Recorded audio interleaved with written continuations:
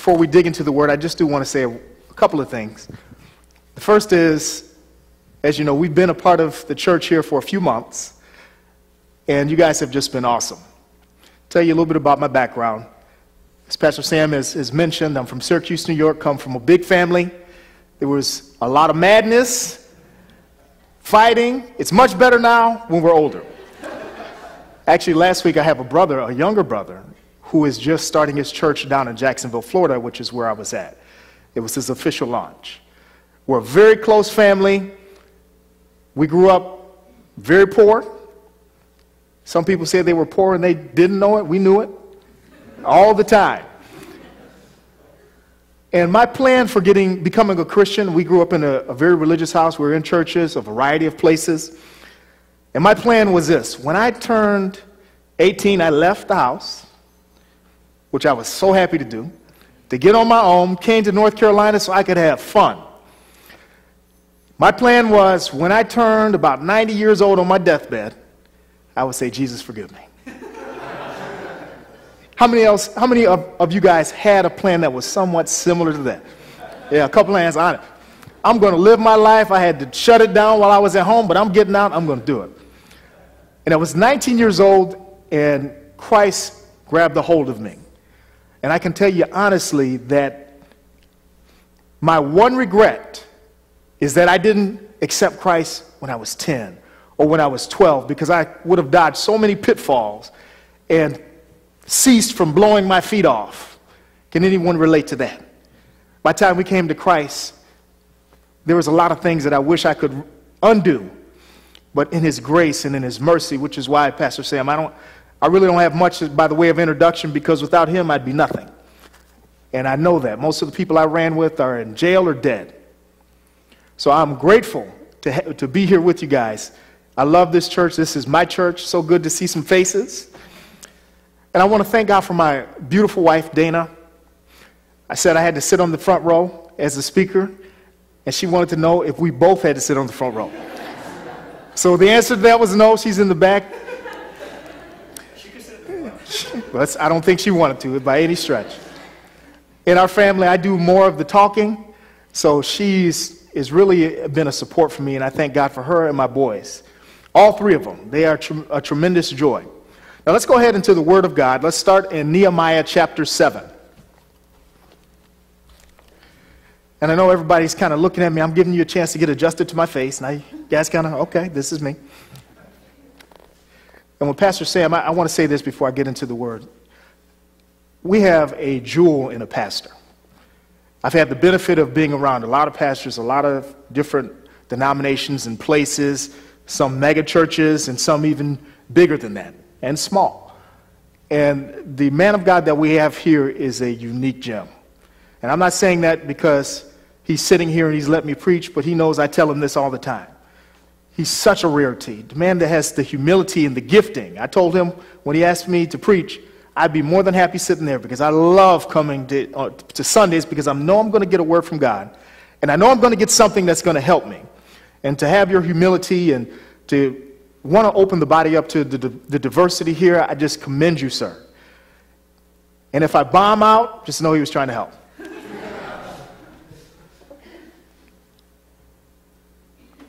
Perfect. All right, Nehemiah chapter 7. After the wall was finished, and I had set up the doors and the gates, this is Nehemiah speaking, the gatekeepers, singers, and Levites were appointed. I gave the responsibility of governing Jerusalem to my brother Hanani, along with Hananiah, the commander of the fortress. For he was a faithful man who feared God more than most. I said to them, do not leave the gates open during the hottest part of the day. And even while the gatekeepers are on duty, have them shut and bar the doors. Appoint the residents of Jerusalem to act as guards, everyone on a regular watch. Some will serve at sentry posts, and some in front of their own homes. At that time, the city was large and spacious, verse 4, but the population was small, and none of the houses had been rebuilt. So my God gave me the idea to call together all the nobles and the leaders of the city, along with the ordinary citizens, for registration. I found the genealogical record of those who had first returned to Judah. This is what was written there. And I'll stop right there because I know you guys were so looking forward to hearing me pronounce those names. Right? Nehemiah. And I want to talk to you guys for a few moments about my mission. When I say my, I'm talking about you. So I want you guys to say, my mission. Pat yourself, because we're talking about you. My mission in God's glory. Now, when we talk about a mission, and when we mention the word mission, what comes to mind? To me, the first thing that jumped to mind was Mission Impossible. How many remember? Now, I'm not talking about Tom Cruise. That was good. But the mini-series, Mission Impossible. Right? And one of the fantastic things about that is that there will always be a mission that was delivered in some obscure or with some technological way. And it always started by saying, this is your mission, should you choose to accept it. Right? So when I thought of mission, I thought of that. Or maybe James Bond. How many love James Bond, right? We can talk about the different ones. That's another story. But I love James Bond. And we talk about a mission, James would go to the enemy territory. His missions were always fraught with danger, always filled with much importance. He had a little intrigue and some complexity in it, but those were missions. So now when we talk about mission, now I might have to get down so I don't fall off these steps. When we talk about mission, a mission is just something simply that is an assignment with importance. So just an assignment with an importance. Now obviously, you can't give yourself a mission. If it's an assignment, it's assigned from someone else. So when we're talking about my mission, I'm talking about an assignment with importance from God. Living your life on a mission is critical. An assignment with an importance from God. It's necessary. The scripture declares that Jesus lived on a mission. We see him when he was 12 years old, when he was lost. When they found him, he was in the temple, and he said, I must be about my Father's business. That's the language of a mission. When his mother got him at the wedding feast, there was no wine. He said, woman, it's not my time. Now, I know Pastor Sam did a great job of talking about that. But had I said woman to my mom, I would not be here. That would be it. That would be it. I understand that Korean mothers are much like that too, right? Again, the language of mission. With his disciples, he's traveling. He says, I must go through Samaria. Goes to the Gentiles. I'm not called to the Gentiles at this point. Before Pilate, for this cause came I into the world. With his disciples at the Last Supper, my time has come. On the cross, it's finished. Language of mission all the way through. Paul, when he had that Damascus Road encounter, knocked off his horse, and he was sent to Ananias. Ananias gets the word that this man is a chosen vessel. He'll speak to kings, to nations, to the sons of Israel. And he's going to suffer a lot of things from me. God's talking about his assignment. Paul, in dealing with it, he must appear before Caesar. Right? Paul's life was lived on a mission. As an old man, he says, I finished the course. I fought a good fight. I finished my mission. So now we see that mission is critical. It's important. We have to live that way. But how do we look at Nehemiah? What was his mission? Let's talk about that a little bit. And we'll dig into it. And we've had some great preaching. So let's flip back to Nehemiah chapter 2 and look at his mission.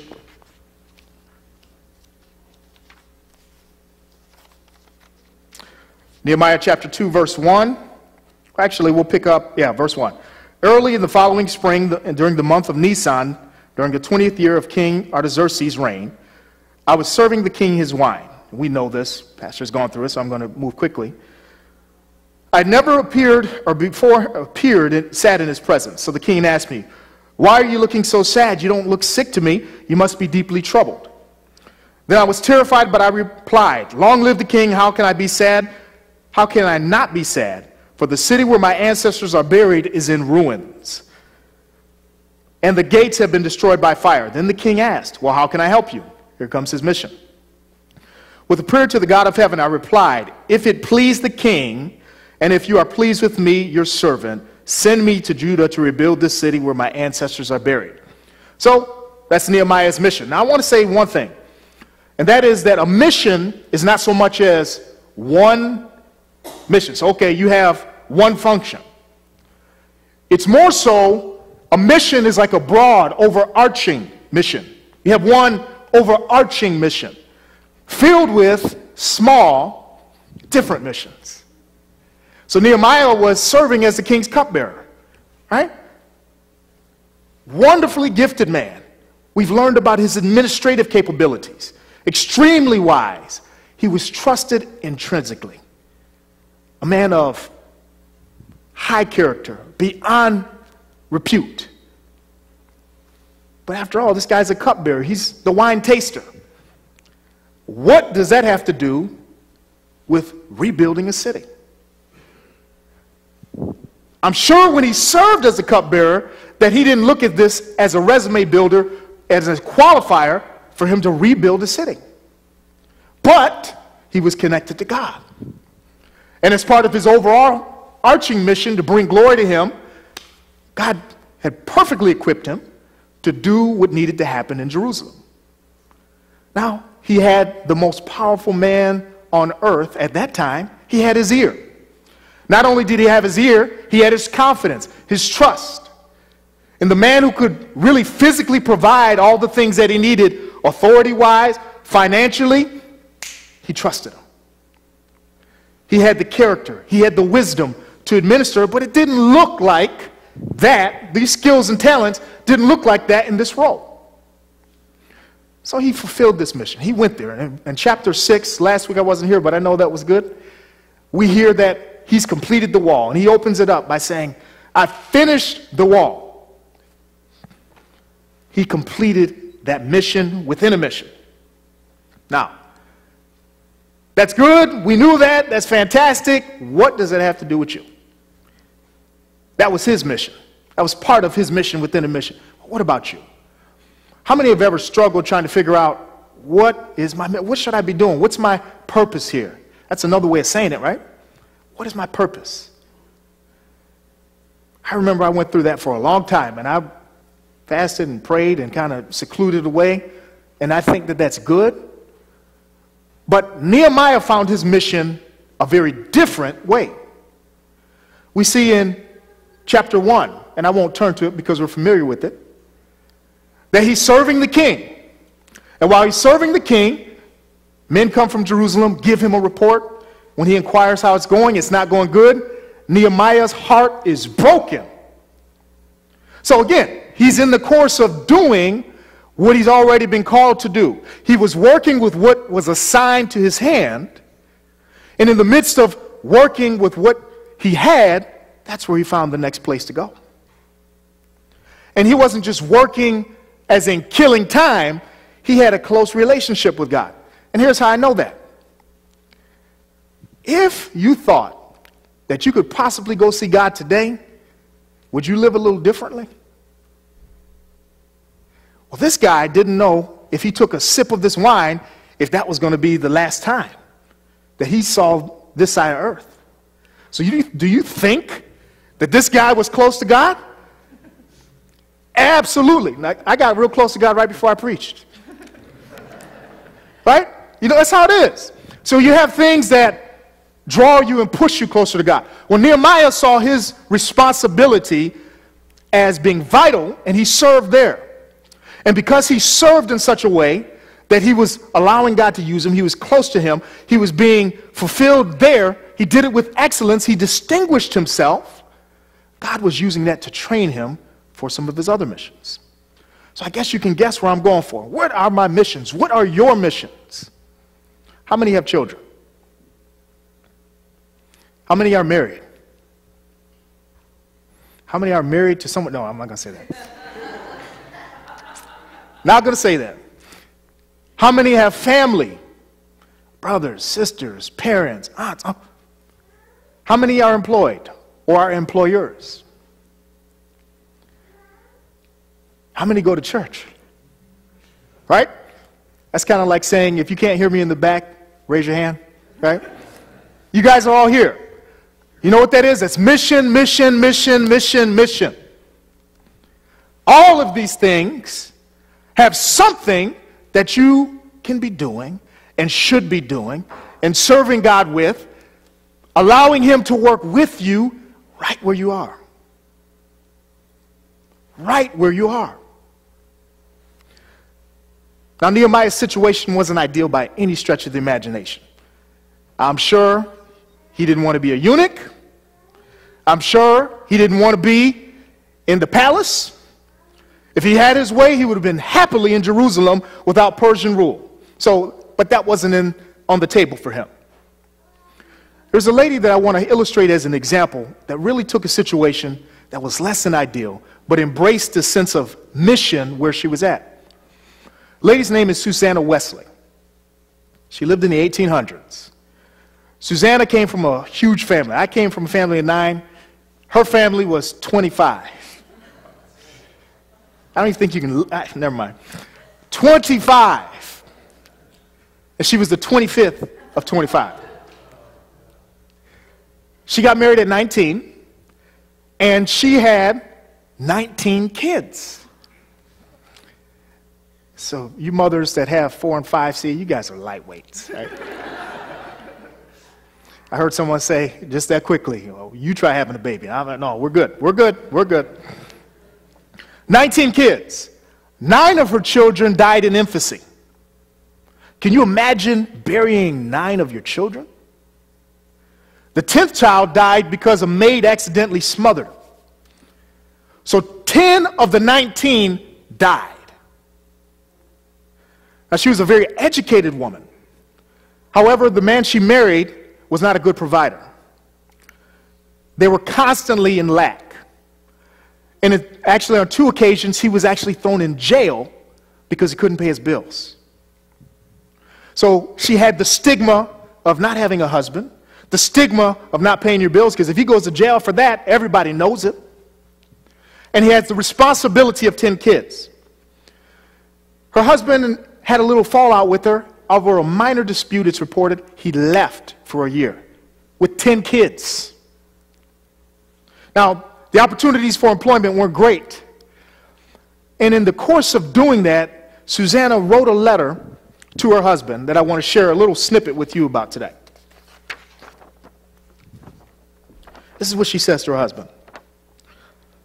I am a woman, but I am also a mistress of a large family.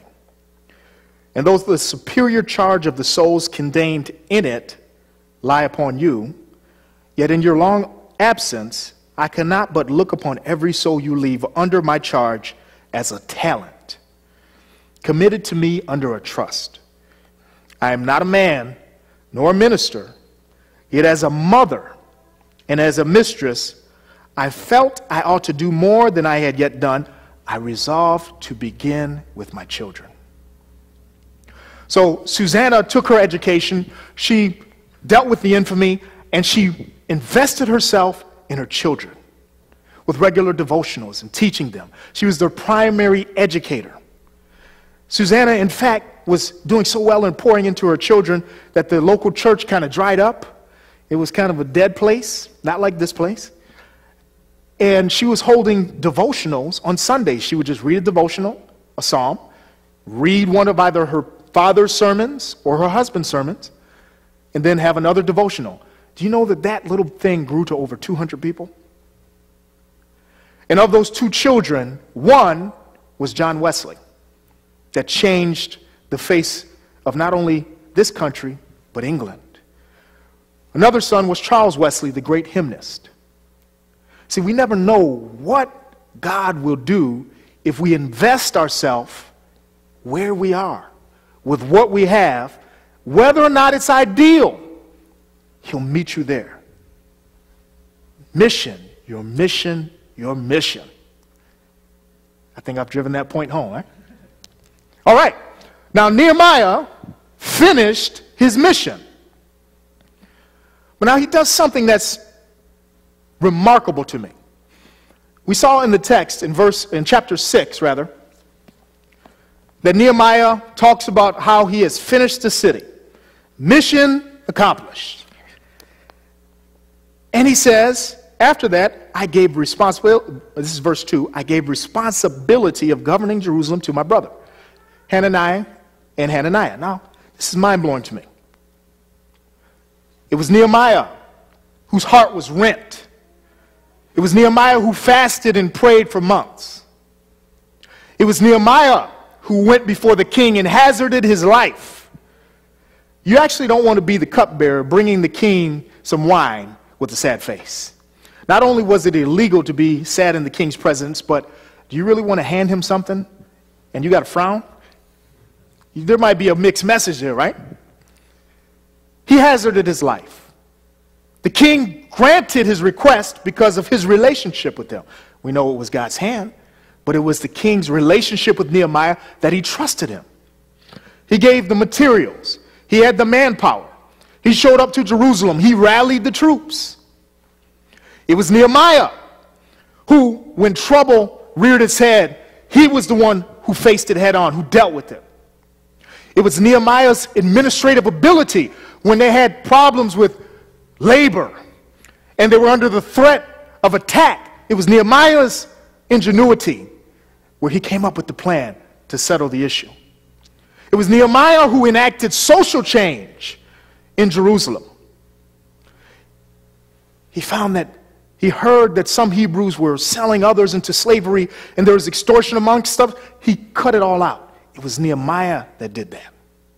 It was Nehemiah that had laser-like focus, where he didn't allow himself to be pulled away by Tobiah or his messengers and Sanballat. Even though he was afraid, it was Nehemiah that pushed through, that gave the example so that the wall was finished in miraculous time. The enemies were demoralized, God was glorified, and not one fight was fought. It was Nehemiah who did all of this. Now my question is, we all know someone who's very talented. We know people who are very talented, either male or female. And if they just have it, and when they do extraordinary things, usually there's some type of monument to them.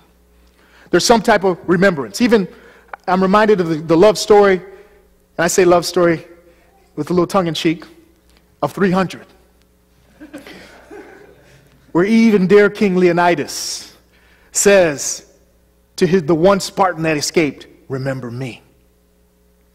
Nehemiah says to God, remember me, but he doesn't say to him. The wall, we call it Nehemiah's wall, but it wasn't called Nehemiah's wall, it was just called the wall. He left no monument. He didn't seek personal glory, even though he was the one responsible for all of this stuff. You extract Nehemiah from the equation, it didn't happen. How do I know that? Did it happen before? It didn't. God called him for that time. But with all this stuff happening, Nehemiah wasn't a person who built a monument to himself. He did not name a street, the street of Nehemiah, so that he could always be recognized. When everything is accomplished, he turns it over to capable men. Now, to me, that's mind-blowing. All of us have dealt with very accomplished people, and typically what happens with accomplishment is ego exceeds that very quickly. He turns it over. And he turned it over because he understood that he was working for God's glory. See, when you talk about the mission that God assigns to us, to use track vernacular, it's not really a sprint, right? The sprinters, I used to be a sprinter. You get down there and it's really you against the clock, they tell you, but I always race the other people. I thought that was the point of a race, right?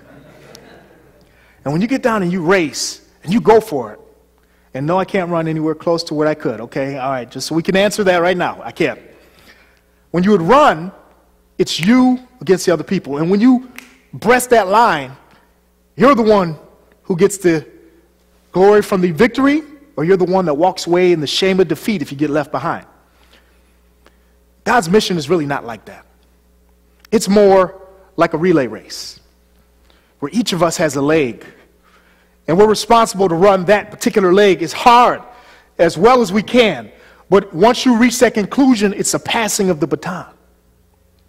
Nehemiah understood that. And he knew that when he left, he wasn't to become the governor of Jerusalem ad infinitum, but he was there for a season. And so that freed him where he could invest everything that he had. He could give it 100%, knowing that he was equipped by God. He was on his mission, but boom, when this is done, I can walk away because this is not mine, this is God's. This is not my baby to keep alive, this is God's. I've done my part. I've done my share. I've run my race. Nehemiah did something that only Nehemiah could do. But it didn't become about Nehemiah. Our role, as we run our missions, is to clear the path for the next person. Jesus, when dealing with the fate of mankind throughout human history, entrusts his mission to 11 guys. I didn't count Judas. He's out of there. He entrusted it to 11 guys. Look what happened. Paul, once he was the man who wreaked havoc in the churches, the great executioner Paul, whose name, not Mufasa, would bring fear, the name of Paul shook fear in the churches. So much so that even when he was converted, they didn't know if maybe this is a spy game. Hey, I don't trust this guy. It was Barnabas that went and sought for Paul in Tarsus and took him to Antioch. Barnabas took all of his standing with the brethren and he invested and took this chance on this guy, Paul. He made the way clear for the next man. Imagine if Barnabas wouldn't have done that. Our role is to run our leg, to do everything that we have, to give it everything that we've got, to walk closely with God so that His Spirit is working with us, so that He is empowering us to run our mission where we are, with the full understanding that, you know what, the next one that comes after me is going to have a much easier go of it. They'll be able to go much further than I can because they're going to have my shoulders to stand on. And they're going to have my example before them. And because I'm going to clear away all the hazards, I can. Nehemiah, as we'll see in the next chapter, cleared the hazards for the pathway of his people. He did what only he could do. And because Nehemiah did his piece, we see a revival that begins to happen. But let's be very clear. That was not even possible until Nehemiah ran his leg. I want to encourage each and every one of you to run your leg. And I'll close with a story from Zig Ziglar. I love Zig, and he tells a story of an organist who was in the country. And this is back in the day where they had those big elaborate organs that probably take up half of this church. And there was an old organ player there, and he had played for a while, and it was his time to retire. They had hired a new person, they were coming in, and it was this man's last day. And so he played, and he played skillfully. He filled the church with melody. The music was absolutely beautiful.